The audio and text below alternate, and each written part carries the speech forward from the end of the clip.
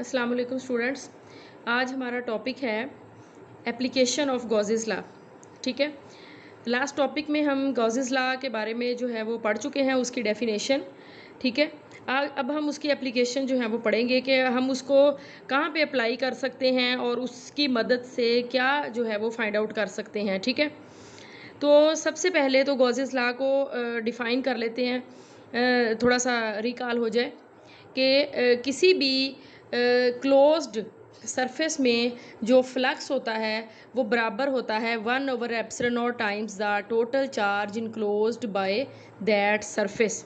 ठीक है, phi is equal to Q divided by epsilon naught. Epsilon naught permittivity of free space and Q is the charge enclosed by that closed surface. ठीक है, अब इसमें हम इसकी मदद से हम क्या फाइंड आउट कर सकते हैं।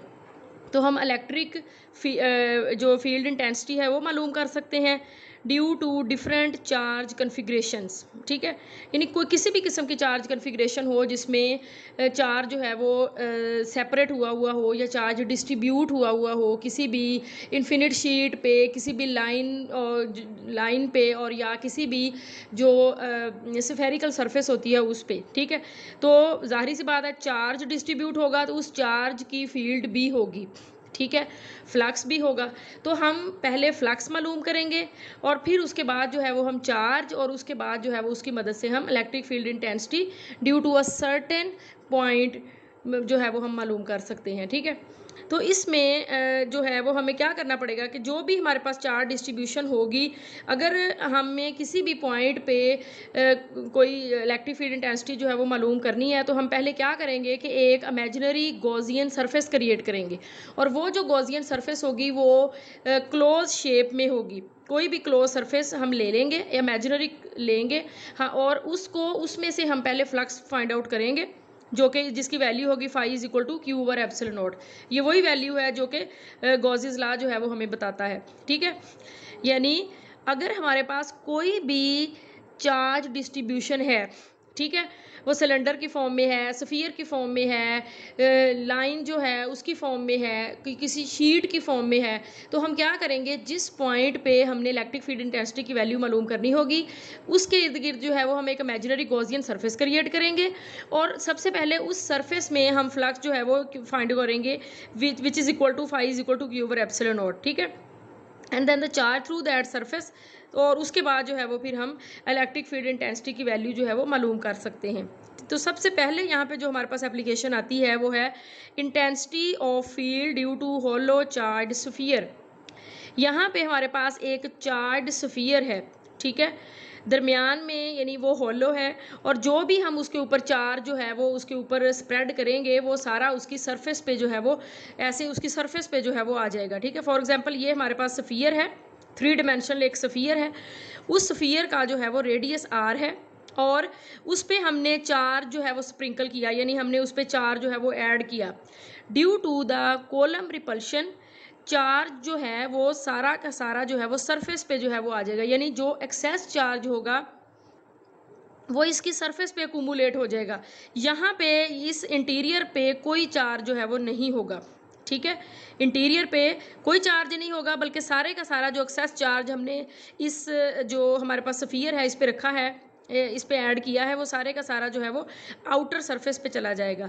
अब हम क्या करेंगे, फॉर एग्जांपल यही पॉइंट है जहाँ पे हमें electric field intensity due to these charge मालूम जो है वो हमने करनी है, तो हम उसको कैसे जो है वो फाइंड आउट करेंगे ये हमने देखना है। तो सबसे पहले हम क्या करेंगे, सबसे पहले हम एक गाजियन सरफेस जो है वो क्रिएट करेंगे। फॉर एग्जांपल जो हम गाजियन सरफेस क्रिएट करेंगे वो ये डॉटेड लाइन में होगी, और ये वाली जो है वो गॉसियन सरफेस हमारी हो जाएगी। हमारा पॉइंट जो है वो गॉसियन सरफेस के अंदर आना चाहिए जहाँ पे हमने electric field intensity due to that charge मालूम करना है। ठीक है, अब ये देखें कि अगर हम ये देखें कि इस सरफेस का ये जो गाजियन सरफेस हमने क्रिएट की है क्लोज, इसका रेडियस जो है वो r है। ठीक है, ये जो हमारी चार्ज डिस्ट्रीब्यूशन वाली स्फीयर है उसका रेडियस जो है वो r है, और ये वाली जो है इसका रेडियस जो है वो हमारे पास क्या है r, ये r, इसको हम कह लेते हैं r प्राइम। ठीक है, अब इस केस में जो r प्राइम है वो लेस देन है r के। यानी वो उस जो स्फीयर है उसके अंदर है, बाहर नहीं है। अब देखें कि according to that equation phi is equal to Q divided by epsilon nought, हमने फ्लक्स जो है वो फाइंड आउट करना है, क्योंकि हमने गॉसियन सरफेस लिया है तो हमने गॉसिस लॉ जो है उसको यूज़ करना है। ठीक है, तो गॉसिस लॉ जो है वो यही है कि phi is equal to Q over epsilon nought, ये 1 और epsilon nought times the total charge enclosed by that surface. अब देखें टोटल चार्ज जो है वो तो सारा के सारा यही है, और अगर इलेक्ट्रिक फील्ड की बात भी करेंगे कि फील्ड की जो है वो सारी की सारी वो यहाँ से ऐसे शुरू होंगी, बाहर की तरफ जो है वो जाएंगी। इंटीरियर में तो कोई चार्ज नहीं है, जब कोई चार्ज ही नहीं है तो फ्लक्स क्या होगा, कुछ भी नहीं। तो यहाँ पे हम लिख सकते हैं 0। ठीक है, क्योंकि इस जो चार्ज जो सेपरेट हुए हुए सरफेस पे, उन पे कोई भी, उनकी वजह से कोई भी फ्लक्स, यहाँ पे कोई भी फ्लक्स नहीं है, इस सरफेस पे कोई फ्लक्स नहीं है। ठीक है, हमारी जो गॉसियन सरफेस है उस पे, तो हम लिख सकते हैं phi is equal to Q over epsilon nought 0। Again हम लेंगे हमारी इक्वेशन जो है, जो कि फ्लक्स की हमारे पास इक्वेशन है, वो है phi is equal to E dot A. ठीक है, तो हम अब ये देखें, ये इलेक्ट्रिक फील्ड इंटेंसिटी है और ये है एरिया उस सरफेस का। अब ये देखें कि अगर फ्लक्स जो है वो हम कह देते हैं कि 0 है, तो इसका मतलब है ई डॉट ए जो है वो 0 के बराबर है। देखें, ई जो है वो इलेक्ट्रिक फील्ड इंटेंसिटी है और ए जो है वो एरिया है उस सरफेस का।